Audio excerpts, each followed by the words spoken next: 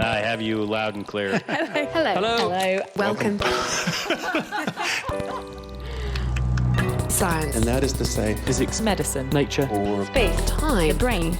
Life. The universe. Hello! Welcome to The Naked Scientists, the show where we bring you the latest breakthroughs in science, technology, and medicine. I'm Phil Sansom. This week, we're looking ahead to the science coming up in 2021. From the Large Hadron Collider restarting, to the USA likely rejoining the Paris Climate Agreement, to, hopefully, an end to the pandemic. Plus, we're making some New Year's resolutions that are going to last. The Naked Scientists podcast is powered by ukfast.co.uk.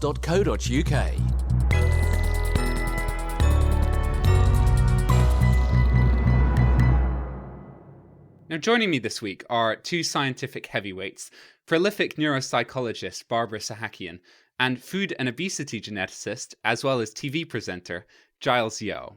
And between us, we're going to be talking to a range of interesting guests that are dropping in over the next hour. First, Giles Yeo, it's great to have you. How are you? Hello, I am doing very well. Thank you very much for having me on. I always love to be on the program. Now, the most exciting thing that I've seen from you recently is your incredible Twitter feed full of photos of the most amazing food. What have you been cooking? This is what I call, I started this actually during the first lockdown. We're now in the third lockdown, obviously, and called it lockdown cuisine. And it's, look, I just know how to cook. I'm not actually a cook, if you know what I mean. So tonight, for example, is vegan night. So tonight I'll be doing tofu, cashew nuts, and vegetables in a spicy black bean sauce with rice. I wish I could be invited round to your house. You're always welcome. What does your 2021 look like scientifically? Well, I am, as you said, someone who studies obesity. Specifically, I study how our brain controls food intake. Now, until very recently, everything we know about how the brain controls food intake has come from animal models, in particular mice, right? Because we can't legally yet, or ethically for that matter, get into a human brain. However, now with a couple of technological jumps, as well as a collaboration we have set up with the MRC Brain Bank Network within the UK, we now have access to post-mortem human samples. And so we're going to be doing single cell sequencing on a part of the brain called the hypothalamus, and this acts as the fuel sensor. And we're funded to do up to about 1 million of these cells. And so we want to know actually what is there in the human hypothalamus. It's all fine to be understanding this from a mouse perspective, but they are small, they have whiskers and a tail. We don't have whiskers and a tail, and some of us are hairier than others. And so I think we need to understand what happens in the human scenario, and that's what I hope to do in 2021. What's the point? What does that help us learn? A lot of the drugs at the moment that are out there that are used for treating obesity target the brain. Okay, and we know they kind of work because you go through randomized controlled trials, and we know when you inject them into animals, they actually work. But in order to fully, really harness the power of these therapeutics, I think we really need to understand what neurons they're actually being signaling to, what kind of receptors are on the surface. And these conclusions we're making from animal models, do they actually hold true in humans? I mean, broadly speaking, the circuitry is conserved, but is everything conserved? Are the same type of neurons that exist in mice, do they exist in the human brain? And so that's what we're interested in trying to do. And also with us today is Barbara Sahakian. Barbara, welcome. Thank you very much. It's great to be here. What does your 2021 look like? Because I focus on cognition, Phil, I go across a whole broad range of areas. So one study that we've got going is on understanding the effects of the selective serotonin reuptake inhibitors on cognition, including on social and emotional cognition. Now, the SSRIs, as you may know, are the drugs that we use to treat people who have depression and anxiety. And serotonin, of course, is very important in the brain because it helps us with our normal emotional mood regulation. This sounds particularly relevant because of how hard this pandemic has been for so many people. Yes, I think so. I mean, unfortunately, the number of people with anxiety and depression has gone up during this pandemic lockdown. So it is very important to know more about how these drugs affect us.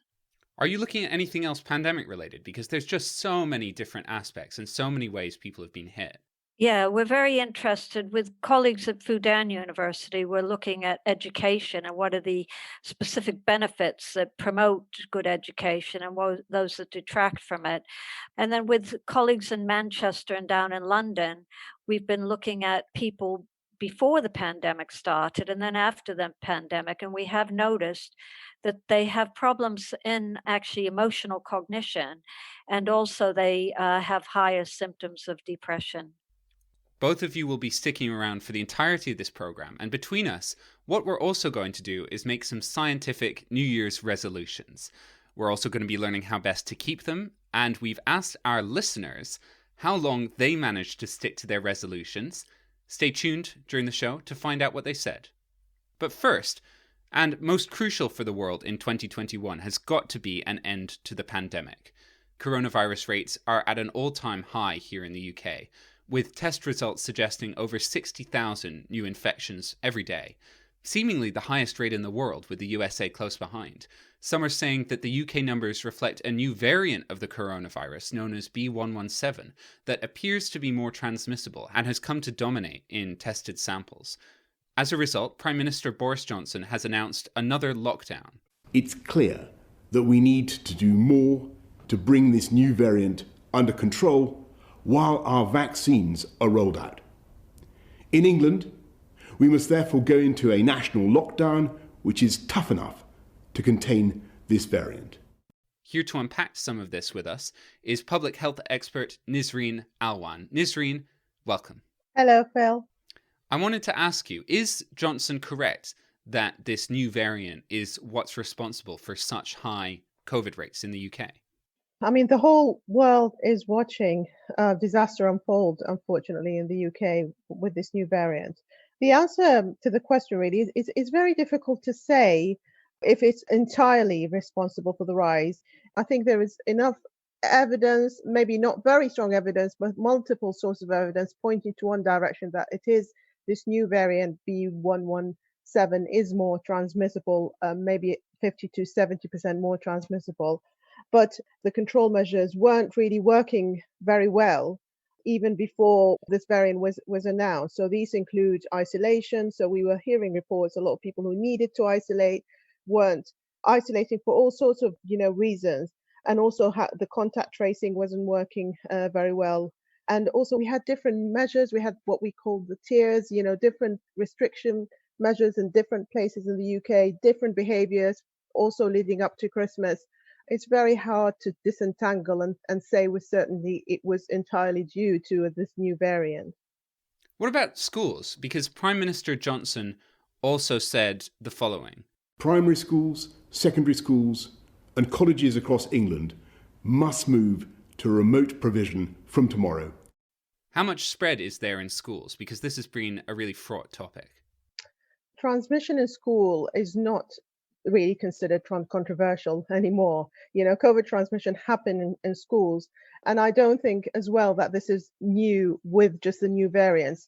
So, for example, the latest statistics we had from the Office of National Statistics point that 1 in 33 secondary school age pupils had COVID, and 1 in 50 of those aged 2 to 10. The other bits of evidence, which is really interesting, is from SAGE, which is the scientist committee advising the government. And they produce evidence looking at how much children transmit. And they found actually that children were more likely to be the index cases. And that means they were more likely to bring the infection into the home. Obviously, this is evidence also based on modeling. So there are always margins of uncertainty around it. But I don't think it's controversial anymore that transmission happens. And therefore, when schools do go back at full class sizes, we need to have really good measures to control infection. Giles, could I ask you, as a geneticist, have you looked at this new variant? Do you know anything about what makes it so special? Because the coronavirus mutates all the time. Yeah, exactly. So like all viruses, cold viruses, the HIV viruses, because of their rate of replication, actually mutate all the time. I want to point out I'm not a virologist and I'm definitely not an expert on this. But I think a few things through my reading, through just listening to people that concern the scientists about why this could be real. First, this B117 variant is not a single variant. It's actually a series of different changes within the genome, the RNA genome of the virus. A couple of them, and this is the concerning thing, actually happen within the spike protein itself. Now, the spike protein, this is what gives the coronavirus its crown shape, okay, is what actually binds to the cell surface and actually gets into the cell. So it's critical for the infectivity of the virus. So there's a biological plausibility for why it could be in more infectious. Secondly, I've seen some preliminary data, has not been published yet, so it may not, we'll have to see what happens, which indicates that it could be more infectious within a petri dish. Nisreen, could you bring some of these aspects together for me and help us sort of predict what might happen for the next few months, maybe for the next year? Well, we're all optimistic about having the vaccine. This is the light at the end of this terrible tunnel we're in. If the lockdown is effective enough and it really brings the infection rates down, then it's a bit of deja vu really for us. Like we said with the first lockdown, we have to come out from it having a really good test, trace, isolate and support system to really try and contain the infection, and then distancing, wearing the mask and having fresh air ventilation measures. We need to have these things in place, particularly, things in school, they need to be prepared from now to have these effective measures, more effective than what was happening, because we can see obviously that what was in schools wasn't effective enough. The other thing about the vaccine, it's really important to understand that vaccinating a minority of the population is unlikely to end the pandemic, because if the virus continues to circulate in the majority of the population, then there's room for it to mutate further and then potentially have, mutations that would affect the effectiveness of the vaccine. Obviously, the trial evidence from vaccine tell us that the vaccine is really effective at preventing severe disease from the COVID infection. The information about whether the vaccine actually prevents transmission is still uncertain, and therefore we need to be cautious around vaccines. They are great, they prevent the vulnerable from getting it. But I think the behavioral changes that we all have to make and the resources that the governments need to put in to make sure these behavioral changes work need to continue for a while until most of us are vaccinated, really. And we're going to be talking to a virological immunologist later in the program more about the vaccine. Could I ask you, Nisreen, if you were optimistic versus pessimistic, what sort of timescale would you give us for the pandemic?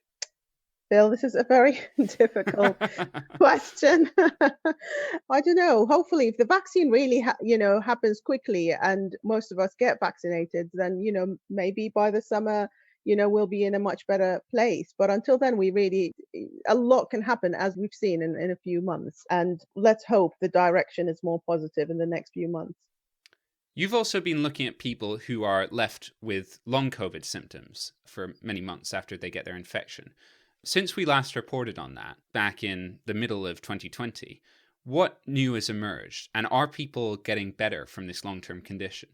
That's the problem, Phil, is that we don't know how many are getting better because we're not measuring long COVID in any kind of sensible way. We don't have stats on recovery.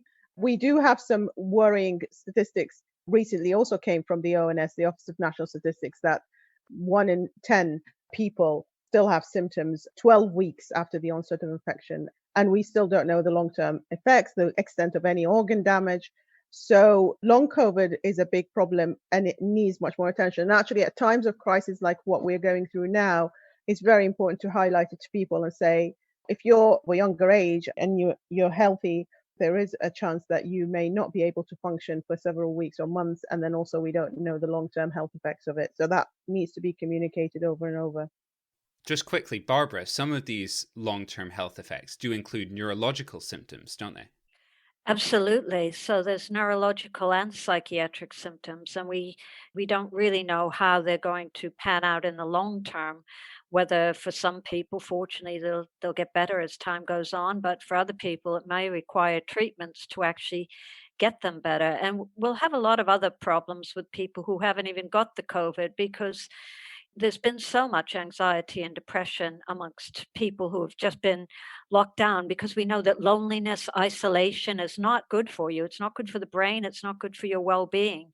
And we also know that adolescence at school is a time when you're relying on your peers and interacting with your peers, and you're becoming an adult. And to miss out on a lot of that behavior is very difficult and could change the way that you start to interact when you come back.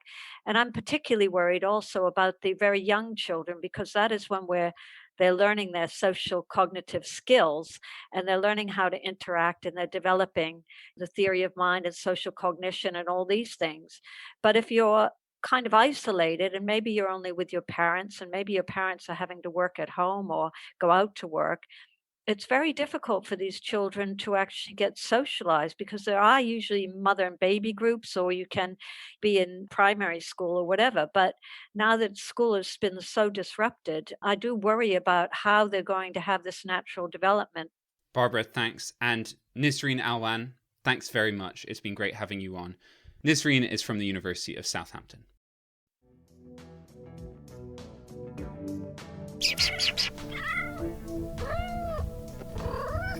Why do kittens, puppies, and human animals play? From pets rough and tumbling with each other to team sports. Join me, Katie Hayler, as I find out why larking about is so important for health. Check out Naked Neuroscience on the Naked Scientist website or wherever you get your podcasts.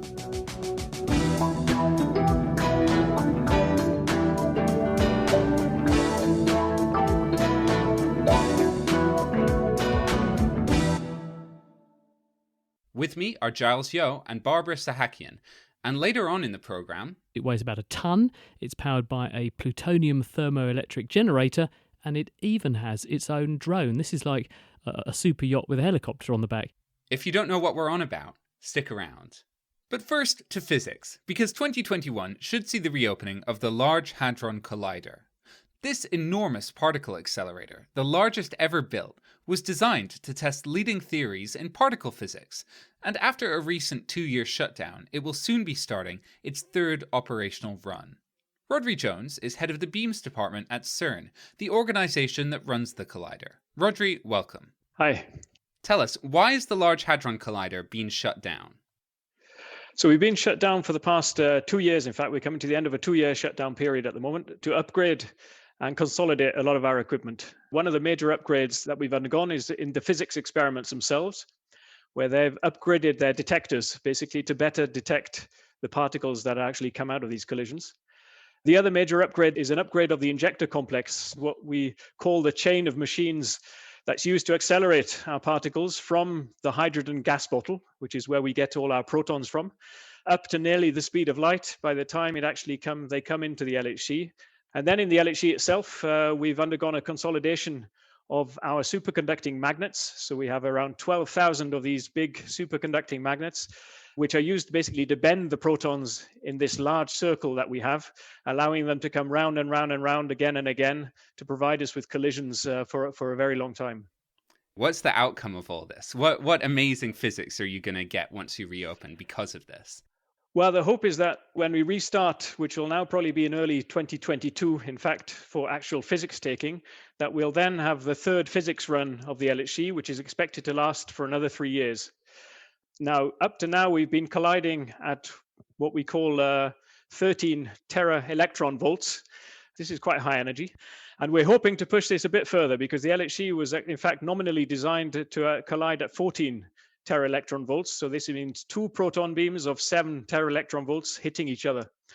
If we manage to reach this energy, this will be the highest energy that we've ever reached with a particle accelerator on the planet. And the hope is that by doing this, we can understand physics processes to a higher degree. And if we're very lucky, we may start to see very rare events, slight changes from what we expect, which could indicate new physics. And of course, this is what's driving a lot of the research that we're doing. Teams using the Large Hadron Collider have managed to find the Higgs boson, which was one of the aims, I think, of the project. So what's the next step? Are you analyzing it or are you doing other work? It's a combination of both. So yes, the Large Hadron Collider, one of its main aims was to see whether this Higgs boson was there or not. We've managed to find it. Now what we're doing is basically refining our picture of the Higgs boson, so trying to really understand it. And this is the study that's ongoing. And this is why we need these vast amounts of data to actually be able to see how the Higgs boson interacts under various different scenarios and conditions. And then the other thing that we're trying to do, like I said, was really look at something new or something different. And this is being done in parallel. So we're looking to see whether there are slight deviations from what we expect the physics to be at this energy, or to see whether there are rare events taking place where we need a lot of data, and suddenly we'll see something completely unexpected. And this is, of course, the other thing, which would then show that something is out there. We don't understand everything as it is at the moment. I think we've got this standard model of particle physics, which explains everything very, very well, but not all of it. Back when it first opened, people were saying, oh, they're going to open a black hole, they're going to open a parallel universe. Do people still ask you that? They do every now and again, like you've done. I think the reply often to this is that nature actually creates big bangs that are much, much, much larger than we do with a Large Hadron Collider. I mean, in the atmosphere all the time, we're getting these very high energy cosmic rays coming through, which have energies much, much higher than the LHC. I think the advantage of the LHC is that we managed to localize these collisions to a very small area. So it means that we can really analyze them, which is difficult to do when we're not sure when they're going to come or where they're going to come. So this is what we've done. We've created the lab itself to allow us to analyze these high energy collisions in an area that we can actually manage. Giles? How about this whole story that we got a little while back that for a brief moment in time, neutrinos could go faster than the speed of light? What was all that about? Yeah, that in the end came down to timing. Basically, we created them here at CERN, and they were sent down to Italy, and you detect them there. And of course, they're traveling at the speed of light. So it's very difficult then to actually time this in. And in the end, it was found that there was an issue with the experiment, in fact, on the Italian side, with the timing not being quite as precise as we thought it would be, which when you did the maths actually came out that the neutrinos traveled faster than the speed of light. But in the end, no, Einstein is still there, and everything fits with the speed of light. Rodri Jones, thank you very much. That's Rodri from the Beams department at CERN. Let's move on now to the climate crisis. Although the coronavirus is still many's primary concern, 2020 saw some of the most extreme weather events ever recorded, as well as being virtually tied for hottest year on record. And the fact that we hear this almost every year nowadays should give you some idea of the accelerating state of this catastrophe. So what's going to happen this year? Atmospheric scientist Jenny Turton joins us. She's here to discuss the subject. Jenny, welcome. Hi, thank you for having me. You're an expert in the Arctic specifically, so what's your predictions for that area for 2021? Well, it does seem like year on year in the Arctic, we're having record-breaking circumstances, either record sea ice levels, fastest melt, something like this. So it wouldn't surprise me if 2021 followed in the same vein. Just over September last year, we had the second lowest sea ice record. So perhaps we could see another record low sea ice year. It also froze up quite slowly this year. Normally it starts to freeze in about September. This year it was mid-October. So potentially it's not as thick or as solid as it normally is. And so maybe we have quite a lot of melting in the sea ice this year.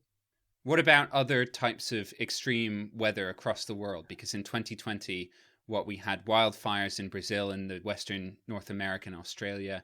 Might it be the same sort of story? So I've been reading up on the hurricane prediction for next year, and that doesn't seem to be as extreme. They do predict that it's going to be above average. So average is around 12 storms, maybe 6 or 7 of them are hurricanes.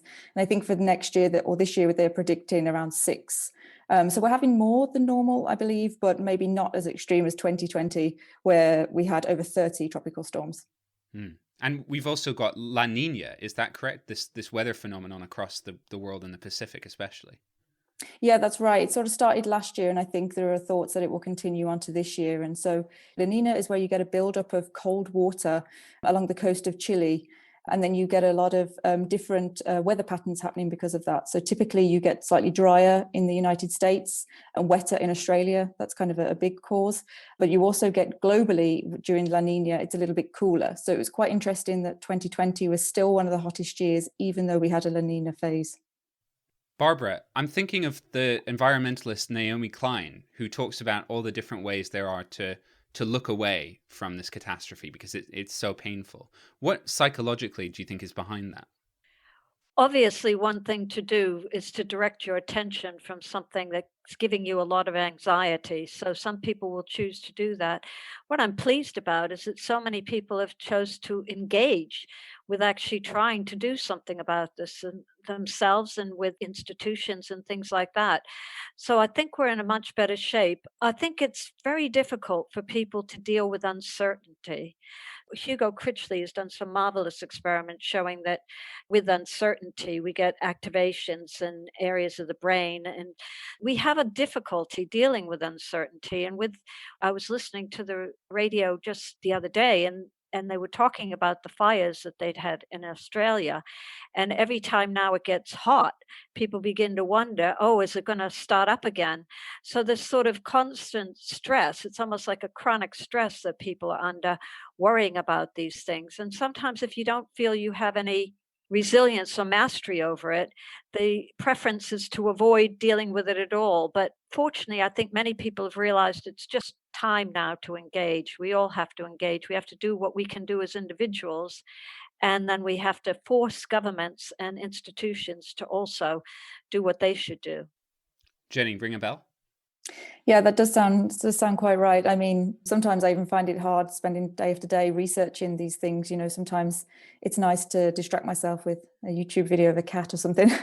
But no, it does seem that now is the time when a lot of countries are getting on board with the climate crisis, including China. And hopefully, once Joe Biden becomes president, they will rejoin as well the climate talks. Here he is, in fact, promising to do exactly that for the Paris Agreement. First thing I would do the day one as president, I'd rejoin the Paris Climate Accord, which Barack and I put together. Jenny, what does that mean? This is obviously the second biggest carbon emitting country in the world. Yeah, so it was quite a shock for a lot of people when Donald Trump decided to pull out because, like you say, they're the second biggest emitter and they had joined the Paris Agreement under Barack Obama. Could you explain exactly what the Paris Agreement means? Yeah, the Paris Agreement is a legally binding treaty that was signed by 196 countries back in 2015 with the aim of tackling climate change. Every 4 or 5 years, the countries that are in the agreement will give an update on what they have done to tackle it and also put further targets in place to try to reduce their emissions. And what kind of targets are we talking about, do you know? Well, it varies depending on the country because obviously some countries will be able to do a lot more, should do a lot more than others. So the UK, for instance, their target is to use electric cars only by 2040 and also pledge to go net zero, which means the amount of CO2 they're outputting, they will intake with something like forests or some offset projects. As we're recording this, in fact, we've just found out that Trump has just signed a document allowing looking for oil and gas in protected northern lands. What's going on in this area of the world, do you know? Well, yes, I did see earlier that there was some idea that Trump might be allowing people to mine or to put in some pipelines in the Arctic. I think partially it's a long line of other things that he's already done in the environmental sector. I think there are 7 agreements or important treaties that he's pulled out of or dismantled while he's been in power. So I do think it's kind of a last-ditch attempt. We've also got a big climate change conference coming up that was supposed to be 2020, is now 2021, and this is going to be in Scotland. What is that going to be? Because I think people are tired of hearing commitments and resolutions and feeling like that's just hot air. Yeah, so it's the COP26 and the COP stands for the Conference of the Parties and it's the 26th meeting. But like you say, people seem to speak a lot and not too much happens at these conferences. Almost every year people are not quite happy with the outcomes, that maybe they don't reach enough or they don't agree enough. The hope is in the Glasgow one this year that the UK and other nations will be able to provide financial aid to developing countries to help them really tackle climate change, which they might not be able to afford and which they probably also didn't contribute largely to. And also we're hoping this time to look at efforts of how to offset CO2, so how to pull out some of the CO2 from the atmosphere that we already have there. Those of us who aren't listening to this and are leading a country, I think will still probably be thinking, is there anything I can do? Giles, I believe that one of the best things a single person can do is change their diet. It is. We particularly here in Western Europe, Australasia, and the United States, we eat far too much meat. Look, I am not a diet evangelical or zealot. I eat meat, But I think it is undoubtedly true that we eat way too much meat per capita. And the problem with meat are twofold. First of all, there is deforestation in order to make sure that we can actually keep the various ruminants and cows and sheep and what have you in grass. And there's also the gases that are released by these animals in of themselves. So actually, if we as a species are able to drop our meat intake even by 10-20%, I'm not talking about turning everyone vegetarian, the actual impact on carbon emissions would actually be enormous. Potentially a good target for a New Year's resolution. That's coming up after the break. For now, Jenny Turton, thanks so much for joining us. Jenny is from Friedrich Alexander University in Germany. The Naked Scientists podcast is produced in association with Spitfire, cost-effective voice, internet and IP engineering services for UK businesses. Find out how Spitfire can empower your company at spitfire.co.uk. This week, we're making our scientific New Year's resolutions for 2021 with help from special guests Barbara Sahakian and Giles Yeo. On the way, the COVID vaccine makes its way around the world, and up goes the successor to the Hubble Space Telescope. But something much more pressing first. Many of us are in the first few weeks of trying to keep our New Year's resolution. Of course, many of us don't make them at all. Whether we're not bothered, whether they seem like setting yourself up to fail, I'm actually in the latter camp. Giles, I don't know, do you have a resolution? I think I'm perfect, so I'm not. No, that's not true. I do have a resolution, actually, particularly since we've hit lockdown number 3. It was far easier for me to maintain my exercise when I was commuting to work because I just got up and I commuted to work. I didn't have to say exercise. Whereas now, when we're not commuting, I try and recreate my commute in the morning. I wake up at 6:30 and I go cycle around like a mad person and then come back. So my resolution is to try and stick to that through lockdown. Interesting. Okay. Barbara, how about you? Well, if I can give a plug to my paper in the conversation, which I wrote with Christelle Langley and Yunfeng Fong, we have 6 ways to reboot your brain after a hard year of COVID-19, according to science. And the first one would be kind and helpful, because it's very activates your reward system.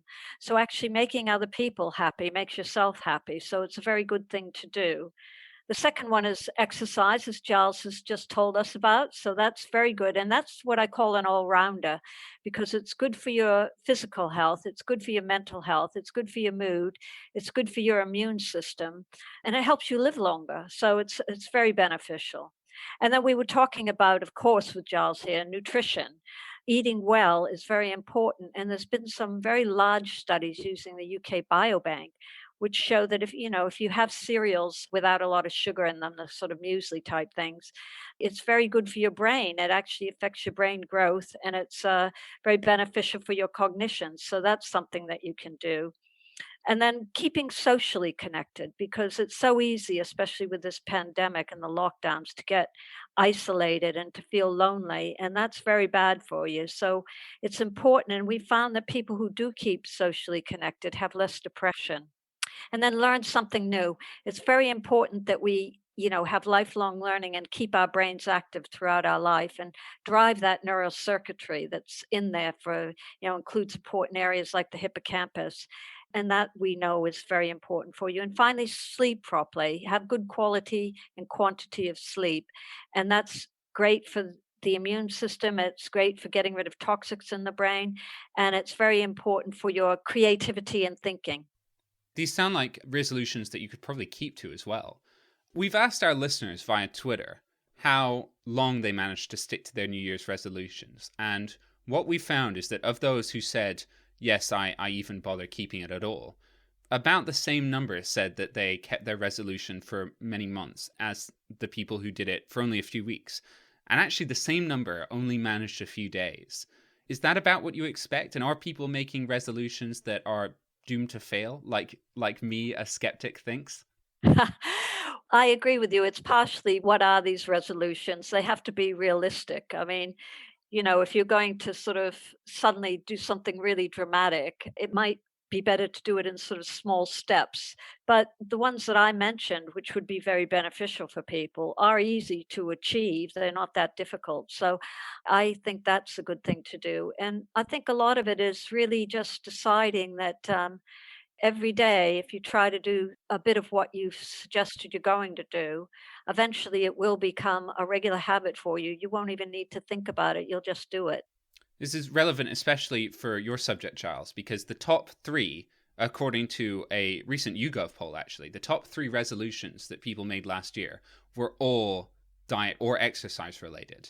Are people making unsustainable versions of those? And is Barbara's advice, does that apply to food and diet as well? Oh, undoubtedly it does. I mean, because, it's either going to be eat less sugar. Eat less sugar is fine, right? But if you're going to say, I'm going to give up sugar forever, okay, like how realistic is that going to be? I'm going to lose 12 stone. Yeah, but you were 10 stone to begin with. I don't know how realistic that is, right? And so I think it's all about making realistic suggestions. Barbara's suggestions are fantastic because it's eat more muesli. Come on, I can do that. And I think the other thing is, particularly when you're thinking about diet or when you're thinking about weight, think about what you're trying to do. And I think too many of us think about weight per se because we're interested in how we're looking rather than health. So I think if we're thinking about, I'm going to try and improve my health this year, I think that should be achievable rather than just saying that I want to lose all this weight so that I can look like, I wish I could look like Brad Pitt, but I'm not going to be able to look like Brad Pitt because of my genes and many other things. You did say that you were perfect, on the other hand, Giles. I did say I'm perfect. That's me. But yeah, no, I agree with Barbara about being realistic and picking things that are going to be sustainable. You two have almost convinced me, I think. And listeners, if this has convinced any of you to make a New Year's resolution, send us in a message. We're on Twitter and Facebook, Naked Scientists, or pop an email in to chris@nakedscientist.com. If you've got a question you'd like answered or a comment on the show, do likewise. Now back to the coronavirus. We've already talked about when it might end, and we recently found out that more vaccines on the way. The first doses of the coronavirus vaccine developed by Oxford University will be given to patients today, just 5 days after it was approved. And over 15 countries worldwide have begun administering various coronavirus vaccines to their citizens. But there are still open questions about how they work and how quickly they can be distributed. So viral immunologist Zanya Stamataki is here to explain. Zanya, welcome. Hello. What's your picture at the moment of vaccine progress in general, worldwide? Well, aren't we fortunate? I mean, we've got over 200 vaccines in development, a handful already approved in different parts of the world. The data from clinical trials are pouring in, and guess what? The vaccines work. We now need to get the logistics right to protect our vulnerable and then the rest of us. And it's important to note, of course, that while vaccinated, although we are protected, then we may still transmit the virus to others. This Oxford vaccine, can you remind us, what exactly is it? Well, the Oxford vaccine has used a harmless chimpanzee virus to infect our cells and pass on a message, the genetic information, so that we can make coronavirus spike protein ourselves. This stimulates our immune system and we prepare our defenses, which takes a couple of weeks to happen. And after that, our body is ready, and if infected with the coronavirus, our immune system can stop it in its tracks before we get COVID. We've got a question for you about it as well from listener James, who asks, can you explain the Oxford COVID vaccine approval by MRHA, the UK regulator, and what new data is now available since their, and I quote from him, horrendous first reporting in early December? Seems as though the UK population is being offered a 62% minimally effective solution to me. What is he talking about, and what is your opinion? Well, first of all, we need to separate the vaccine effectiveness from efficacy data. Efficacy is the 62% number that your listener was quoting, and he's talking about the outcomes of clinical trials that are very short and contain a small number of people. Now, don't get me wrong, the vaccine has been given to thousands and thousands of people before the clinical trial is concluded, but only a small proportion of these people has become infected. So we are getting data back from a small amount of people. Now, the Oxford vaccine was given to people in 2 different doses. Some of them showed 62% efficacy in that arm of the trial. Others that received a lower dose at the beginning of the trial showed up to 90% efficacy, which is all very good. But let's remind ourselves that the FDA had said that they will approve any vaccine with efficacy above 50%. And for flu vaccinations, we accept vaccines from 20 to 60% efficacy every year. So the Oxford vaccine we expect to be highly effective, and the effectiveness data is going to change as the vaccine is rolled out and we get data from real life people. What would you say to someone who said, no, I want the Pfizer vaccine, that one's got a higher number, that looks better to me? We can't really make that decision based on the data that we have because we haven't compared vaccinations side by side. And as scientists, that's how we make comparisons. We get the same population, we vaccinate them with the same preparations, and then we expose them to the disease and we get data back. So this has not happened. What I can say to people that are worrying about whether which vaccine is going to be more effective is I would personally accept any vaccine that was given to me that was approved by MHRA, and I'll be grateful for it as well. I think a vaccine that is approved, that works, is tremendous news. We as a population are going to respond differently, but if the vaccine works, take it. Giles, I'd like to ask you actually about some of the people who don't share this kind of trust. Because am I right that it actually overlaps in strange ways with diet? It does, actually. So, look, I interact on social media and otherwise with diet evangelicals, okay, who believe one diet versus the other. So they're crazy low carbers, for example, like extreme low carbers, people who are carnivore diets and what have you. And I have found, anecdotally, I want to point out, I didn't do a study, that the Venn diagram of diet evangelicals and anti-vaxxers or anti-COVID or anti-maskers, they actually overlap quite a lot. Why might this be the case? I think underlying it is probably there's a lot of pseudoscience that actually goes into either camps and also a lot of going on to Instagram influencers and social media influencers and seeing what people have to say. I think there is also an element of, I want to live natural. I want to live real. I don't want to inject something, created in the lab.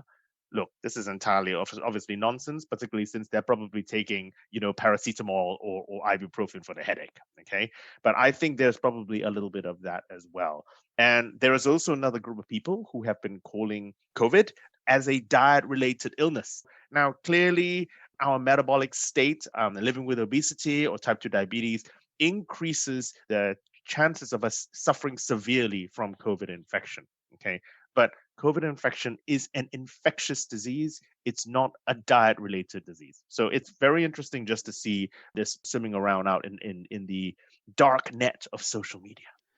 Zanya, there are other concerns arising that I'd like to address with you. People are a little bit worried about the UK delaying the second dose of the Pfizer vaccine to people who've received the first one. The manufacturers said 3 weeks. The UK is saying could be more like months.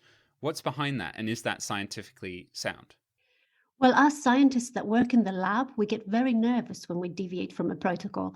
And Pfizer has only tested their vaccine with a booster within the 3 weeks, like you said. The Oxford vaccine was tested with later booster jabs too. Now, we know, however, from experience that vaccination boosters continue to work well after several weeks. In the UK, we have an urgent public health need, with 1 in 50 of us currently infected, and we are losing around 900 people a day to COVID. This decision was made to save more lives, but it is important for us to gather data to inform future vaccination protocols for different patient groups.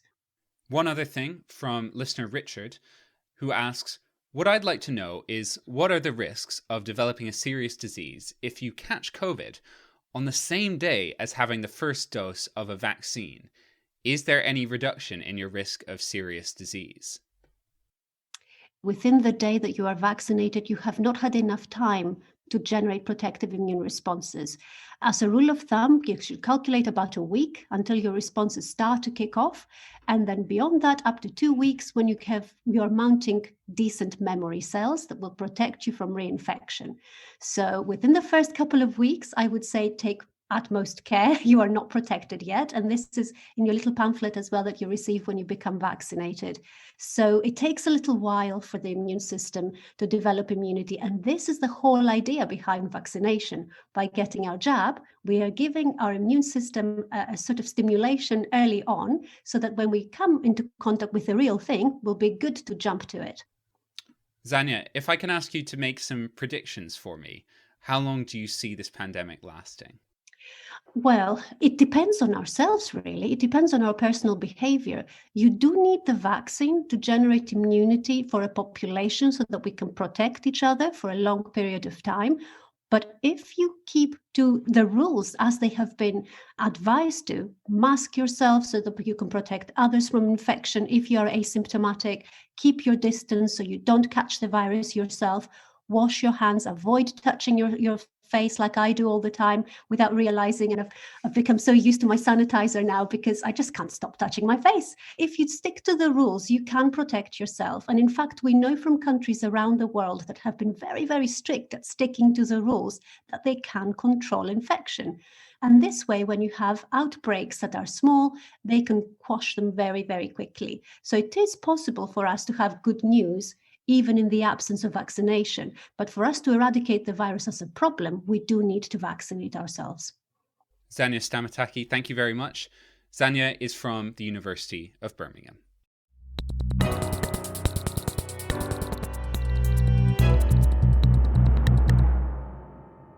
I'm joined by geneticist Giles Yeo and neuropsychologist Barbara Sahakian as we look ahead to a year full of science. And finally this week, the exciting space science coming up. Planetary geoscientist Luke Daly is with us. Luke, hello. Hello, it's great to be here.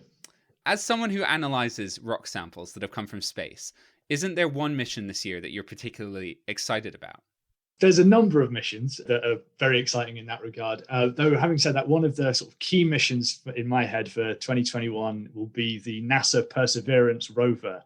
And it's a companion, the helicopter Ingenuity, that will be landing on Mars in February of this year. What is that doing? It's doing a whole bunch of things.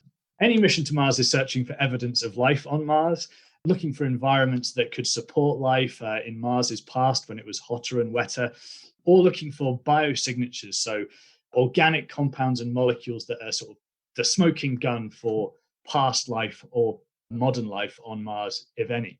But it's also got a sort of auxiliary aim, and that is to drill some rock samples from the Jezero crater, cache them away safely, and leave them on the surface of Mars to then be brought back to Earth through later missions.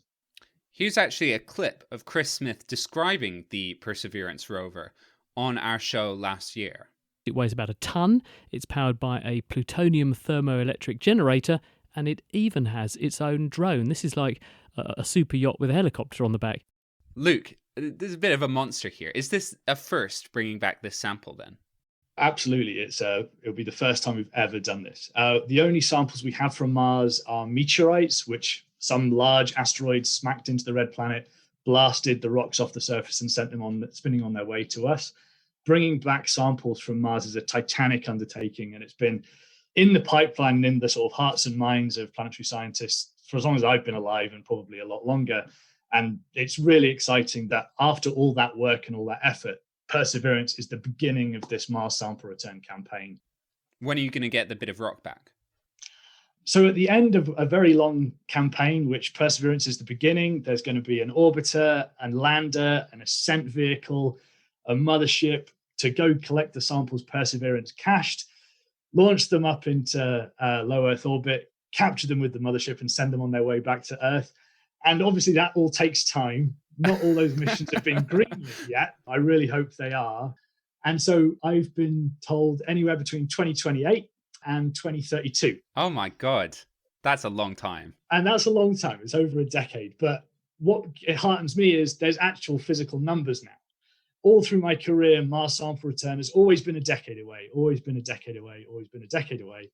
Now it's a decade away with actual numbers and a mission on the ground on Mars caching samples. So we're really excited that this is actually going to happen now. Barbara, do you ever get this in your field? Do you wait a decade for your samples, your data to come back in? Well, I have to say, this is really look-ahead planning. Obviously, you have to have very strong frontal lobe functionality for people who go into this area. I would like to have some studies that do that, because actually would be wonderful to have the finances to do these longer term studies that go on for a very long time. But what I try to do in my own research is have some studies that are relatively brief in the sense that they go on for a year or 2 years, and then other studies that may be more 3 to 5 year studies for my own personality and motivation, it's very good to get some short-term gain as well as some look ahead to some longer-term, very interesting findings. How about you, Giles? How's your patience?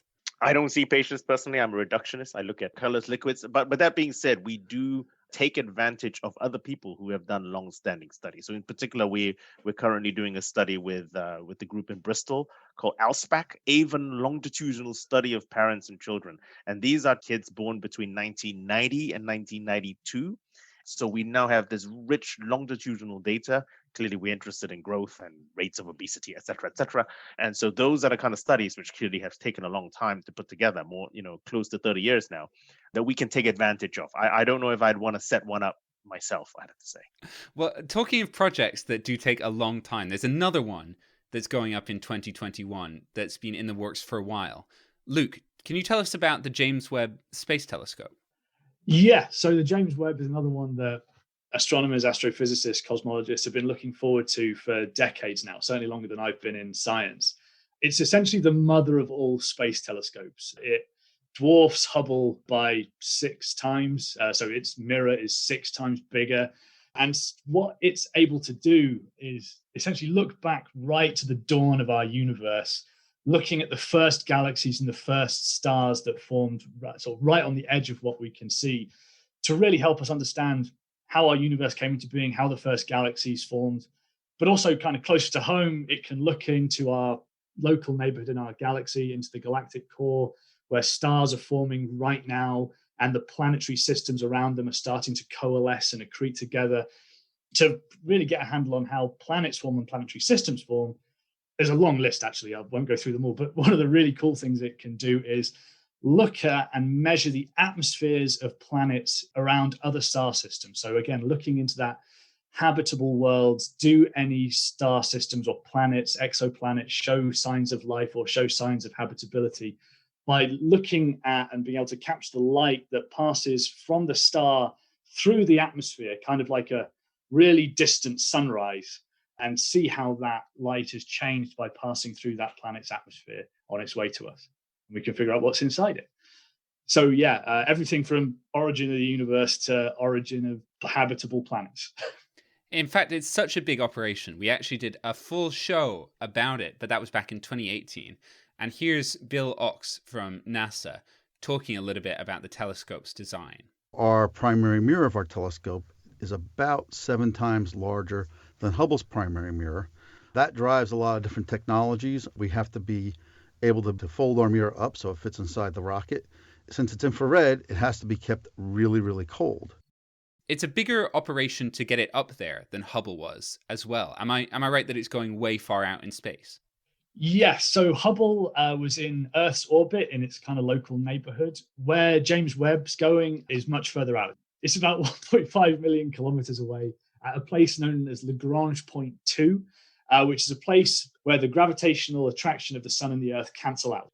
And from there, it's stable. It stays in kind of the same spot in relation to the Earth and can observe the universe around us.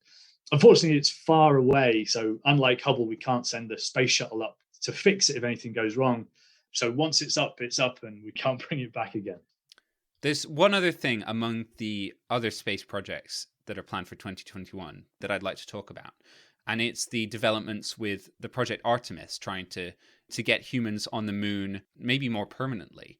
Yeah, so that's, again, another really exciting series of missions building up to the Lunar Gateway project to get a space station in orbit around the moon and get a permanent crewed colony on the lunar surface. In the build up to that, NASA and co are going to be testing a bunch of rocketry systems. One kind of really exciting one coming out of the UK is they're going to put a lander on the moon, which contains a bunch of different craft, including one built in the UK, which is the first legged rover. It's about the size of a shoebox, and it's going to be scuttling around on the lunar surface doing some really interesting science. And yeah, it's just going to kind of build up and grow from here. It's a really exciting time to be in space science. Giles, when people do get up there, they've obviously got some nutritional requirements that need to be dealt with. How are they going to survive, and what stuff has got to be kept in mind for them? So, I mean, a problem in space is primarily the lack of gravity. And because of the lack of gravity, it's maintaining muscle and bone mass. Now, some people think that, okay, well, I'm going to maintain it by eating protein, because obviously if I eat evil carbs and if I eat fat, all I'm going to do is get fat. The problem is this: unlike carbs and particularly fat, we don't have stores of protein. So in other words, the protein that we eat is functional. It's either gone to repairing damage or building muscles. If you're actually exercising, if you don't use it, it gets converted into fat. So I think a critical thing about long-term missions, either in orbit or on the moon in low gravity, is to maintain enough physical activity to maintain your muscle mass and to maintain your bone mass, and obviously then to eat effectively to then keep those growing and building at the right rate. Obviously, a lot going on in space. Luke, do you think 2021 is going to be an exciting year for space science? Absolutely, we're going to be utterly spoiled. There's a whole wealth of really awesome missions going up and coming back this year. So I'm really excited seeing the scientific insights we get. Thanks very much. That's Luke Daly from the University of Glasgow. And we must leave it there this week. Thanks very much to all of our guests, Nisreen Alwan, Rodri Jones, Jenny Turton, Zanya Stamataki, and Luke Daly. And a very special thanks to Barbara Sahakian and Giles Yeo. Next time, we're talking textiles, from secret knitting addictions to Morse code hidden in scarves. We're delving into the science of fabric. The Naked Scientist comes to you from the Institute for Continuing Education at the University of Cambridge and is supported by Rolls-Royce. I'm Phil Sansom, and from all of us here at the Naked Scientist team, until next time, goodbye!